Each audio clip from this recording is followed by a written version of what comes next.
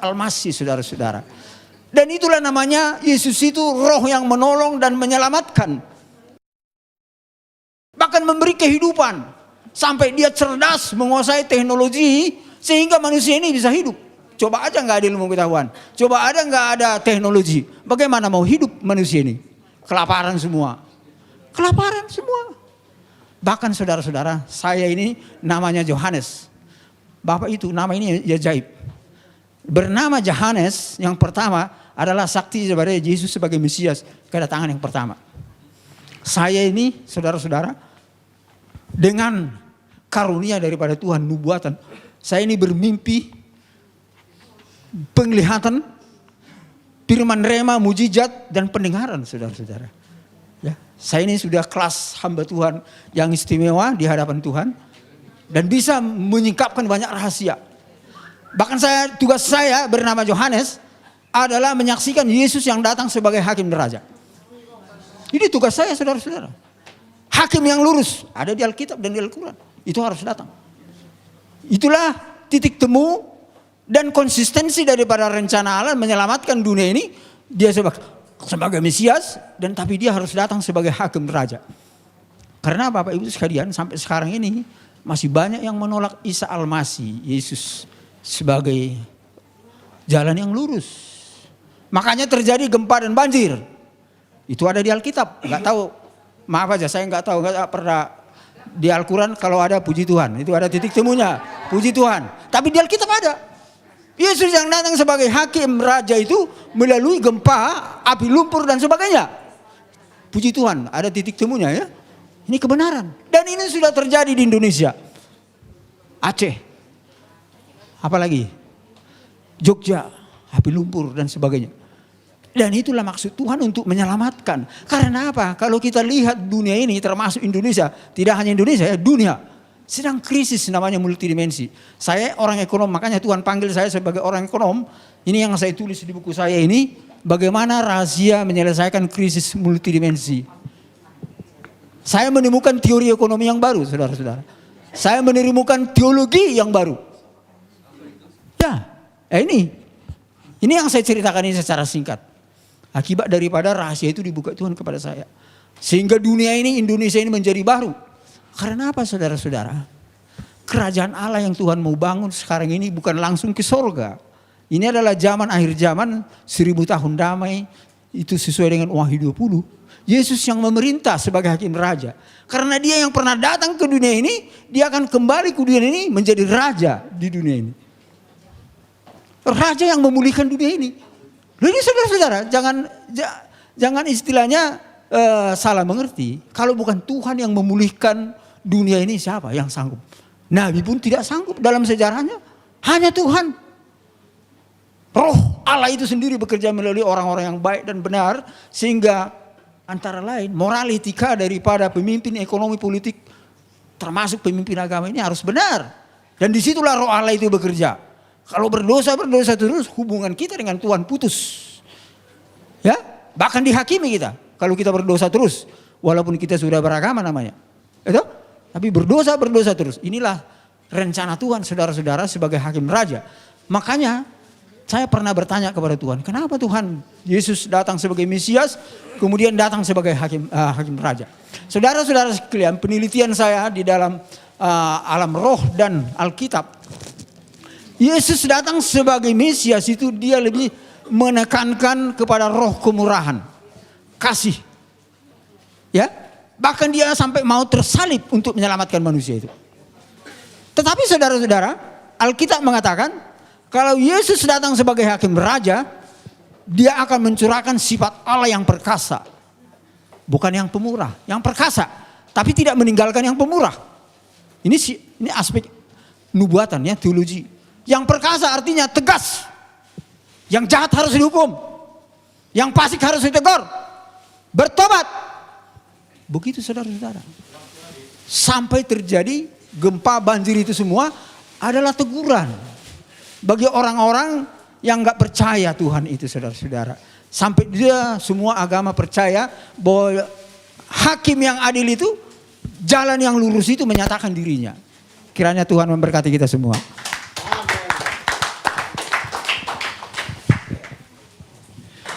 Untuk pembicara yang ketiga adalah Bapak Ustadz Insan LS Mokoginta. Kepada beliau dipersilahkan.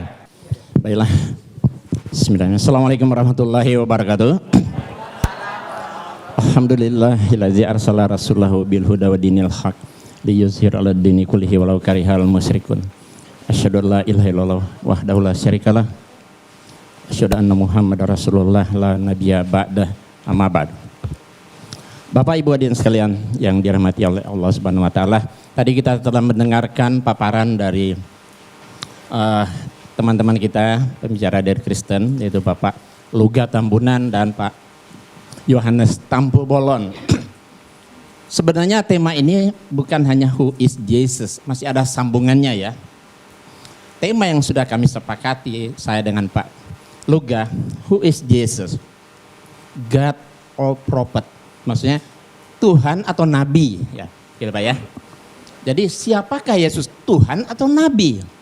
Nah, tadi kedua pembicara telah mempresentasikan tentang Yesus sebagai Tuhan dengan segala kelebihannya.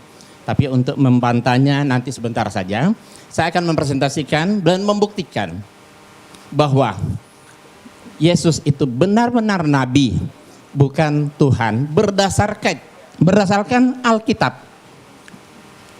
Setelah saya akan menggunakan Alkitab atau Bible untuk membuktikan bahwa Yesus itu Nabi, bukan Tuhan ya. Baik, kita lihat sini. Siapa yang paling tepat menjelaskan status Yesus Tuhan atau Nabi dalam Alkitab atau Bible? Siapa yang paling pas? Ya, tentu saja jawabannya Allah, Yesus, dan mereka yang hidup sejaman dengan Yesus. Tentu kesaksian Allah dan Yesus itu paling kuat. Ya kan? Kemudian kesaksian dari orang-orang yang hidup sejaman dengan Yesus. Nah, saya akan memulai dari kesaksian yang paling rendah. Orang-orang yang hidup sejaman dengan Yesus. Karena mereka lah yang bergaul langsung dengan Yesus. Ya, beda dengan Pak Luga dan Pak Yohanes hidup 2000 tahun kemudian. Ya, tentu kesaksian orang yang bergaul dengan Yesus, yang berbicara langsung dengan beliau, mereka paling tahu siapa Yesus itu. Baik, kita lihat kesaksian orang yang hidup sejaman dengan Yesus mengatakan siapa Yesus itu pada saat itu. Matius 21 ayat 11. Dan orang banyak itu menyahut, inilah Nabi Yesus dari Nazaret di Galilea. Itu kan tertulis di Injil. Saya akan 100% menggunakan Bible. Inilah Nabi Yesus dari Nazaret di Galilea.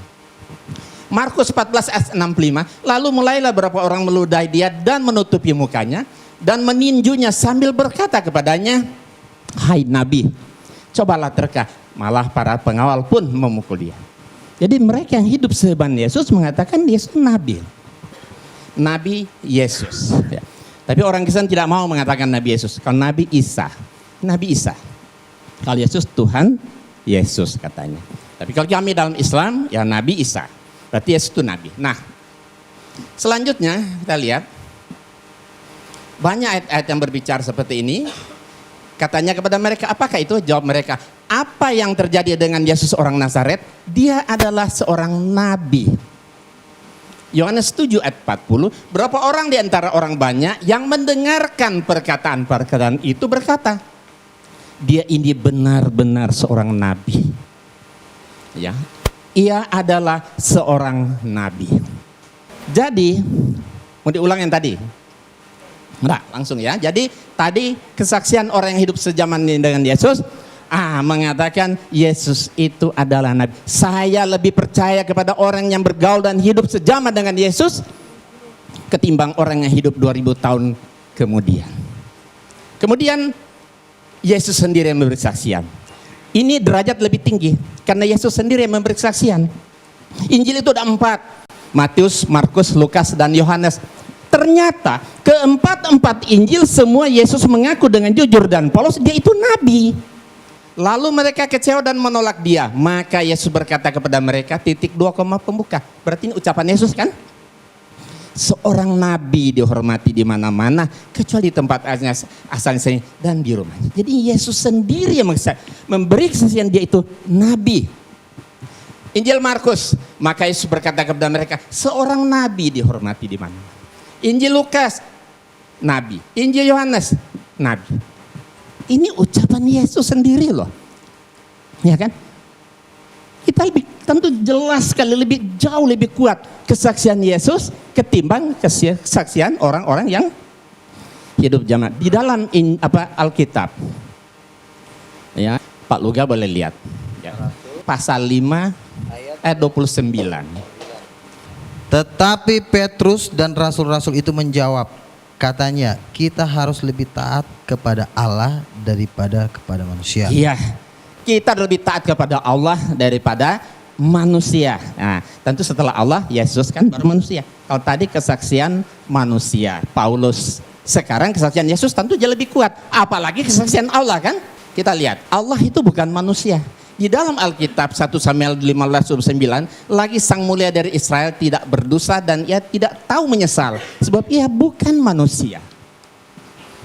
Aku tidak akan melaksanakan murkaku yang bernyalanya, itu tidak akan membinasakan Efraim kembali. Sebab aku ini Allah dan bukan manusia. Nah, kemudian lihat saksian Allah lebih kuat tadi kan. Nah, di dalam Ulangan 4 ayat 3, engkau diberi melihatnya untuk mengetahui bahwasanya Tuhanlah Allah, tidak ada yang lain kecuali Dia. La ilaha illallah. Ulangan 4:39, sebab itu ketahuilah pada hari ini dan camkanlah bahwa Tuhanlah Allah yang di langit, di atas dan di bumi dan di bawah, tidak ada yang lain. La ilaha illallah. Kemudian Ulangan 6 ayat 4, dengarlah hai orang Israel, Tuhan itu Allah kita, Tuhan itu esa. Esa berarti satu, bukan dua, bukan dia. Kesaksian Allah lebih kuat. Tadi sudah dibacakan tadi kan? Kita menerima kesaksian manusia, tapi kesaksian Allah itu harus lebih kuat. Jadi kesaksian Pak Luga dan Pak Yohanes kita bisa terima. Tapi kesaksian Yesus dan Allah pasti lebih kuat. Kita lihat. Ini. Tidak ada Allah kecuali aku. Di Yesaya, ya, bahwa aku tetap Dia. Akulah Tuhan dan tidak ada juru selamat selain daripada aku. Ya, akulah Allah, juga seterusnya aku tetap Dia. Jadi Allah tetap Allah, nggak akan pernah berubah menjadi manusia. Kemudian kita lihat banyak, akulah Tuhan dan tidak ada yang lain. Tidak ada yang lain di luar aku. Akulah Tuhan dan tidak ada yang lain. Akulah Tuhan dan tidak ada yang lain. Ya, akulah Tuhan yang terdahulu dan akulah yang terkemudian. Tidak ada yang lain selain daripada aku. La ilaha illallah. Inilah sebenarnya ajaran tauhid yang ada dalam Alkitab, tapi sayang saudara-saudara kita tidak mengamalkan. Kalau mereka amalkan, beda mereka dengan kita tipis sekali. Ya. Yang jadi jurang pemisah Islam dan Kristen yaitu karena mereka menuhankan Yesus. Inilah sebenarnya, makanya inilah jadi debat kita hari ini. Ya, kita akan lihat mana sebenarnya sih yang benar. Yesus itu sebenarnya Tuhan atau Nabi. Oke, biarlah Yesus sendiri yang memberi kesaksian. Ya, sebab itu, sebab aku berkata-kata bukan dari diriku sendiri, tapi Bapa yang mengutus aku. Berarti Dia utusan. Utusan kan Nabi kan? Menyembah Tuhan. Nah, ini kata Yesus. Yesus berkata kepada iblis, "Nyala iblis." Ketika iblis menggoda Yesus, ya, di atas satu gunung yang tinggi. Iblis berkata kepada Yesus, semua kerajaan dunia ini akan aku berikan kepadamu asal engkau mau sujud menyembah aku, kata iblis. Terus Yesus marah, diusir iblis itu. Nyala iblis, sebab ada tertulis engkau harus menyembah Allah Tuhanmu dan hanya kepada Dia saja engkau berbakti. Jadi menyembah itu hanya kepada Allah yang disembah oleh Yesus. Tidak mengatakan nyala iblis, sebab ada tertulis engkau harus menyembah aku karena aku ini Tuhan atau Allah. Engkau harus menyembah kepada Tuhan Allahmu dan hanya kepada Dia. Jadi menyembah itu hanya kepada Allah yang disembah oleh Yesus. Tidak mengatakan nyala iblis, sebab pada tertulis engkau harus menyembah aku karena aku ini Tuhan atau Allah. Engkau harus menyembah kepada Tuhan Allahmu dan hanya kepada Dia. Nah, ini ketika Yesus berdiskusi dengan orang Saduki, ahli Taurat, seorang ahli Taurat yang mendengar Yesus dan orang-orang Saduki sedang bersoal jawab, dan Yesus memberi jawab yang tepat. dan datang kepadanya bertanya. Orang Saduki bertanya kepada Yesus, hukum mana yang paling utama?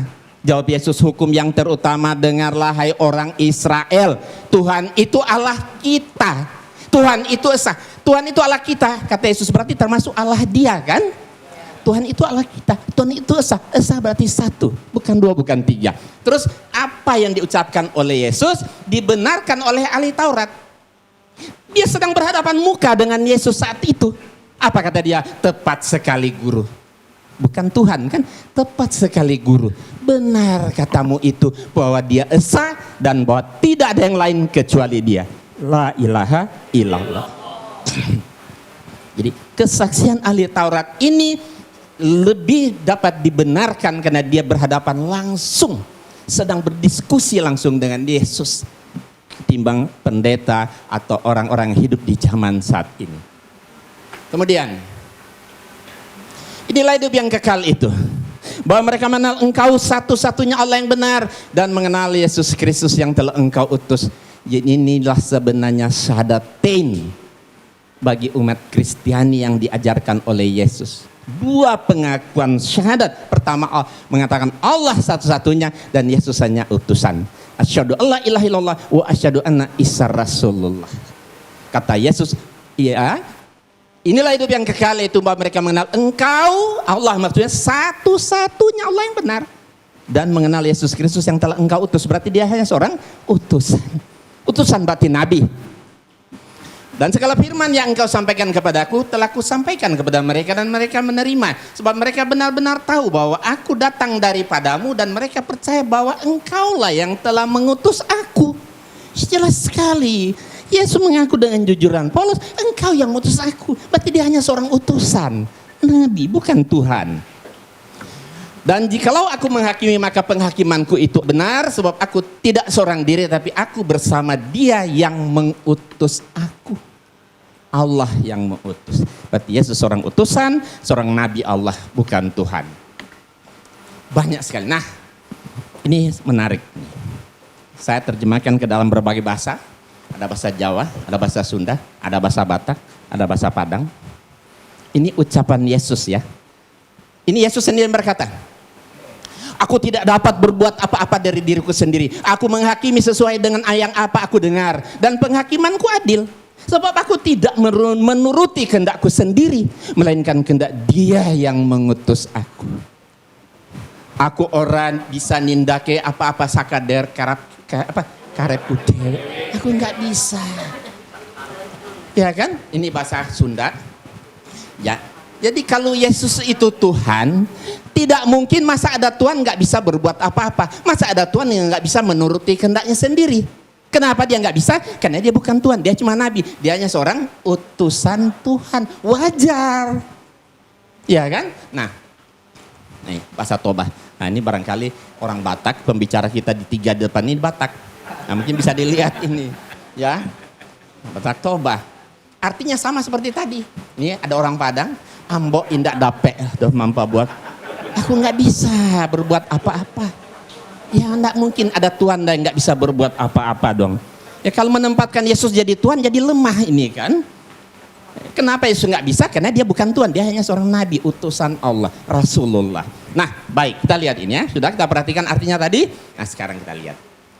Setiap yang tidak bisa berbuat apa-apa atas dirinya sendiri pasti bukan Tuhan. Yesus tidak bisa berbuat apa-apa atas dirinya sendiri, berarti Yesus bukan Tuhan. Setiap yang tidak bisa menuruti kehendaknya sendiri berarti pasti bukan Tuhan. Yesus tidak bisa menuruti kehendaknya sendiri, berarti Yesus bukan Tuhan. Setiap yang mengaku diutus oleh Tuhan pasti bukan Tuhan.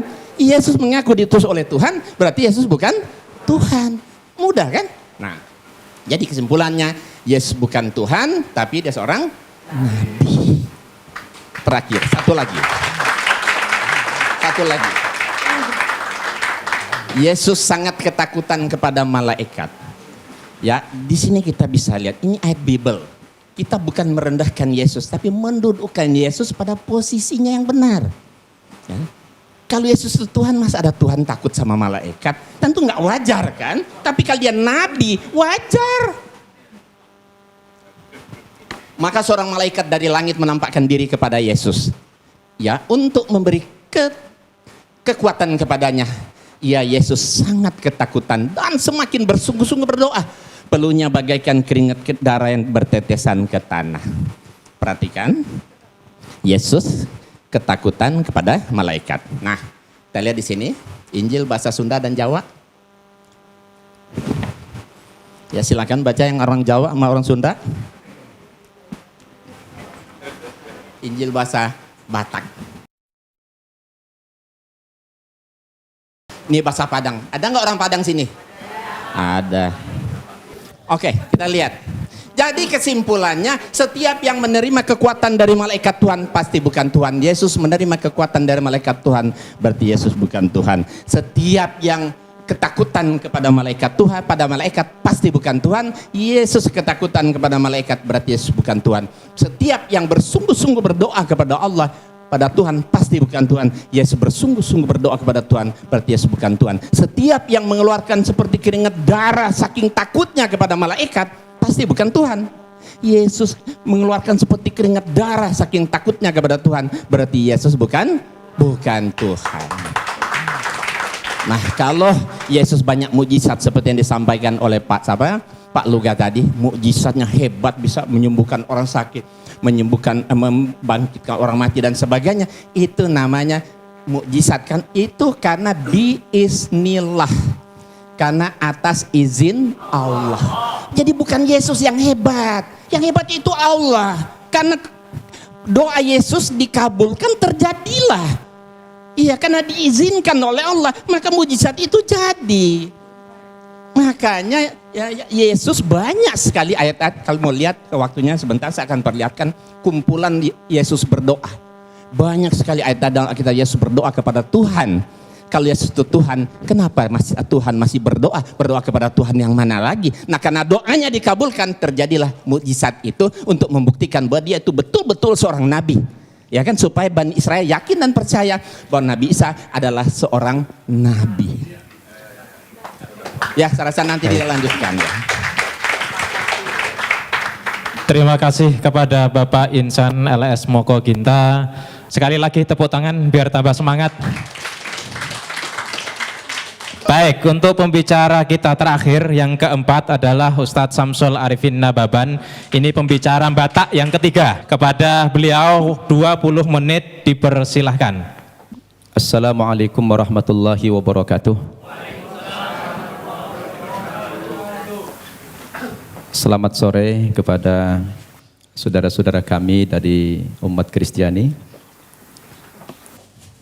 Alhamdulillah. Wassalatu wassalamu ala rasulillah wa ala alihi wa sahbihi wa mawalah, amma ba'd. Yang kita hormati saudara kita, pembicara dari umat Kristiani, Bapak Pendeta Luga Tambunan, dan juga Bapak Pendeta Johannes Tampu Bolon. Juga yang kita hormati pembicara dari pihak Muslim, Ustadz Haji Insan LS Moko Ginta.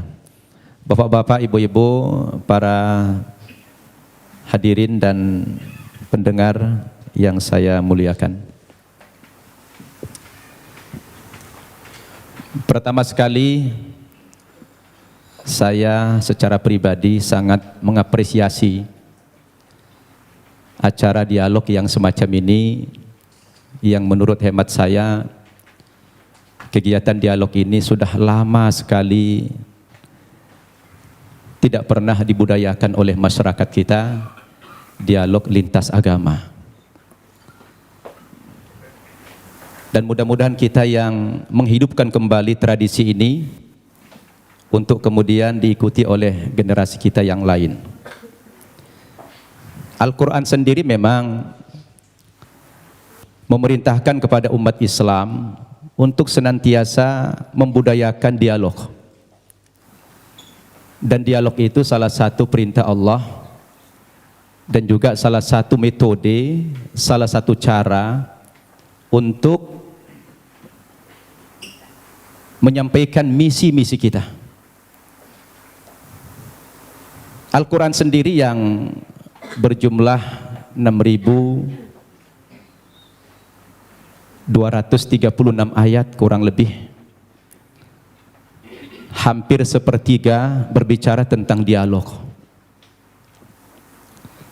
Apakah itu dialog Allah dengan malaikat, dialog Allah dengan para nabi, dialog nabi dengan para orang tua dan anaknya, dialog nabi dengan umatnya. Itu banyak kita jumpai dalam Al-Quran. Nah, salah satu dialog yang dianjurkan dalam Al-Quran ini adalah kita berdialog dengan saudara-saudara kita yang non-muslim. Seperti yang Allah perintahkan dalam surat Al-Ankabut ayat 46. A'udzu billahi minasyaitonir rajim. Wala tujadilu ahlal kitabi illa billati hiya ahsan. Janganlah kamu berdebat dengan orang-orang Yahudi dan Nasrani atau orang ahli kitab terkecuali dengan cara yang terbaik, bukan baik. Al-Quran memerintahkan bukan baik, tetapi harus dengan cara yang terbaik. Kalau sudah terbaik ini dalam segala aspek, pilihan materinya, maudhu yang dibicarakan, susunan katanya, bahasanya, dan lain sebagainya. Karena dialog ini adalah salah satu cara kita untuk menyampaikan kebenaran. Demikian juga dalam surat An-Nahl ayat 125. Allah mengatakan, A'udzubillahi minasyaitonir rajim. Ud'u ila sabili rabbika bil hikmah wal mau'izatil hasanah wajadilhum billati hiya ahsan. Ajaklah manusia itu ke jalan Tuhanmu, kepada kebenaran, kepada Islam. Dengan cara apa kita mengajak mereka? Yang pertama kata Allah, bil hikmah, dengan penuh kebijaksanaan. Yang kedua, dengan memberikan nasihat-nasihat dan pelajaran-pelajaran yang berguna, yang bermanfaat, yang mudah dicerna. Dan yang ketiga, kepada orang yang berbeda keyakinan dengan kamu, kata Allah, wajadilhum billati hiya ahsan. Berdialog atau berdebat dengan mereka, tetapi dengan cara yang terbaik, kata Allah. Jadi dialog itu sebetulnya dalam Islam, Pak Tambunan, Pak Tampu Bolon, merupakan perintah agama yang harus dibudayakan. Bahkan Allah sendiri ketika hendak menciptakan manusia ini dialog dulu dengan malaikat. Nah, Allah itu dialog dengan malaikat. Karena cara-cara dialog itu adalah cara yang paling efektif. Oleh karena itu saya melalui mimbar ini, melalui forum ini mengingatkan kita semua, memang dialog itu tujuannya bukan mencari menang kalah. Ya, dialog itu bukan mencari kemenangan atau kekalahan. Tetapi dialog itu sebuah sarana kita untuk menyampaikan kebenaran, untuk dakwah. Itu makanya dakwah dalam pandangan agama Islam, Pak Tambunan, dakwah itu tujuannya adalah mengajak. Begitu juga Pak Tampu Bolon ceramah. Saya tadi membayangkan Bapak berdua ini mempresentasikan materinya dengan hujjah, dengan dalil-dalil yang jelas. Justru malah terbalik, yang paling banyak bicara Alkitab malah Pak Insan dari Muslim.